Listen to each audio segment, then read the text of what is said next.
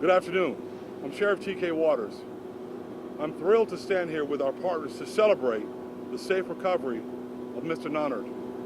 I would like to begin by thanking our law enforcement partners who assisted JSO and JFRD in this 3-day comprehensive search.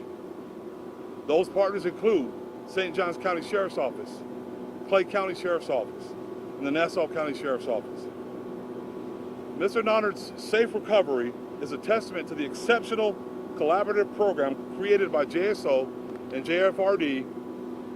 It's called the Missing and Endangered Persons Search and Rescue Program, or MEPSAR. In December of 2019, our agencies began developing this innovative search and rescue program utilizing cutting-edge statistical and investigative data. MEPSAR was officially launched in May of 2021. Since its launch, there have been 96 MEPSAR searches, and 95 of those have been successful recoveries of our missing persons. That success rate is unparalleled, and other jurisdictions look to JSO and JFRD MEPSAR collaboration as a best practices model.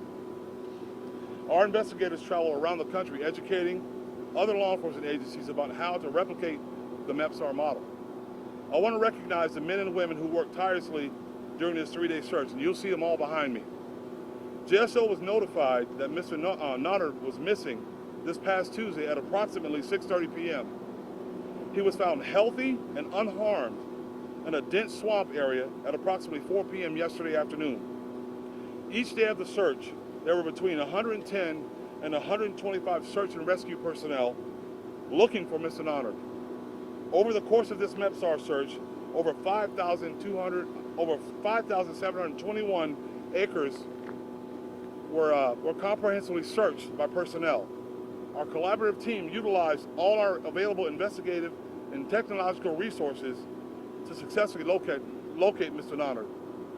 JSO deployed a wide variety of personnel during this search process, including our Missing Persons Unit, the Emergency Preparedness Unit, the Mobile Field Force, our K-9 units, our air units, the mounted unit, the unmanned aerial systems or our drone units, our bike units, our public information units, patrol academy recruits, and of course, the amazing JFRD personnel behind me.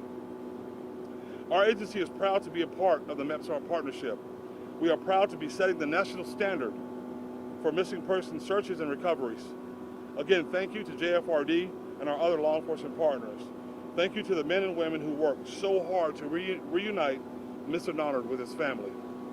At this time, I'd like to introduce Chief Powers of the JFRD. He wants to address you all. Chief? Thank you, Sheriff, and good afternoon. You know, too many times the Sheriff and I stand at press conferences and talk about tragic outcomes and events that happen in this city.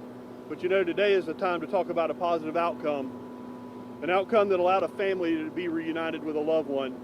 As the Sheriff stated, the MEPSAR program was a collaborative effort between JFRD and JSO and has now become a national model. JFRD is extremely proud to be part of the MEPSAR partnership, and I want to say thank you to some of the people who have made this program possible with their overwhelming success.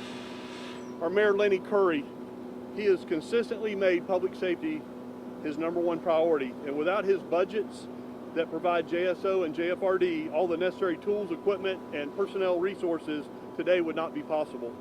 Our City Council, they have supported every one of those budgets when they're presented to them. Our Sheriff, T.K. Waters, his passion for making this city safe is infectious to us all. He is a great public safety leader and partner, and his leadership was an integral component of this successful outcome. But the biggest thanks must go to the men and women of JSO and JFRD who enthusiastically come to work each day to make sure we're all safe. What I do know is this: without the heroic effort of the public safety personnel that are standing behind me, this outcome would have been tragically different. These men and women showed absolute disregard for their personal safety while they searched areas that most of us would not even think about entering. These are the true heroes of this successful mission. I know the Sheriff and I both could not be prouder of the tireless effort the men and women of JSO and JFRD and our agencies put forth in this successful MEPSAR activation. This community should be proud to know that if something tragic should happen, the men and women of JFRD and JSO are going to combine our collective resources to ensure that this community remains safe. With that, we'll open it up to questions. In the simplest terms possible, if you can recap how MEPSAR works, how it comes together. You got the command center, obviously you got the helicopter, you got so many other teams. How does this get activated, and when does it get activated? So the sheriff's office has the primary investigative responsibility for missing persons. They go out and start their primary investigation. When they determine that the person is missing and his search needs to be activated, they activate phase 1 of MEPSAR, which starts their processes happening, but it also gets JFRD notified, and we put units that are on the street out riding that area looking for that person that's missing. When JSO determines that we need to upscale the activation, they move to phase 2. And when they move to phase 2, that's when we activate our urban search and rescue team along with all of their resources and collectively go in and start grid searching these areas using that mapping program that we put forward earlier in a press conference. Can someone tell us a little bit more about finding this missing gentleman? I know that everybody's so very excited about the good news. Yes, sir. So tell me, I guess you were part of the crews that actually discovered him? Yes, sir. Tell me about that. Okay, well, we were searching in a heavily wooded area. It was a swamp on one side, heavily wooded on the other. We came across some personal items that we believed were his. So we started searching out from that area right there. Going east, it was reeds overhead high, about thigh-deep water. The guys went into that, thinking he may have gotten lost in the reeds. We had other guys circling around to the south, same kind of conditions. To our right was the woods, and AK, he was looking around over there and he saw basically a small branch that just kept moving. It looked like an animal was making it move back and forth, but it just kept moving. Where normally an animal might just move and move on, it was kept moving. So he just caught his attention, and he said, "I believe he's over there." So we ran over there, and as we got closer, we could see, that he was there. He was actually up under a log, so it was very difficult to see him. Coming from the north, you wouldn't be able to see him at all. Luckily, we had gone past him and looked back, and he was tucked up under that log, kind of down in a little ditch. And so about 5 feet into the wood line right there, and that's how we were able to find him. So. And he was talking to you? He was okay? Yes, he speaks Creole, so luckily AK knows a little bit. He was able to ask him if he was okay, and he said he was hungry. And but he seemed disoriented, but without being able to speak directly to him language-wise, we weren't sure, but he was looking at us and moving around, so that was a good sign. He was just too weak to get up or anything like that. So. Y'all are long-time experienced first responders. Yes, sir. Do you still get some sort of jolt? 100%, yes, 100%. It's what you do the job for. All the guys worked real hard. We were, going through some really nasty stuff. We'd been soaking wet since probably 9 o'clock that morning, out there looking for him. And the light was starting to get down, so we were trying to get this one area, just check it really well. And it worked out. God was good, and it worked out for us. So. You guys seem like you use every tool in the toolbox to find this gentleman. Yes, sir. I don't know if this may be a question for the sheriff or the fire department.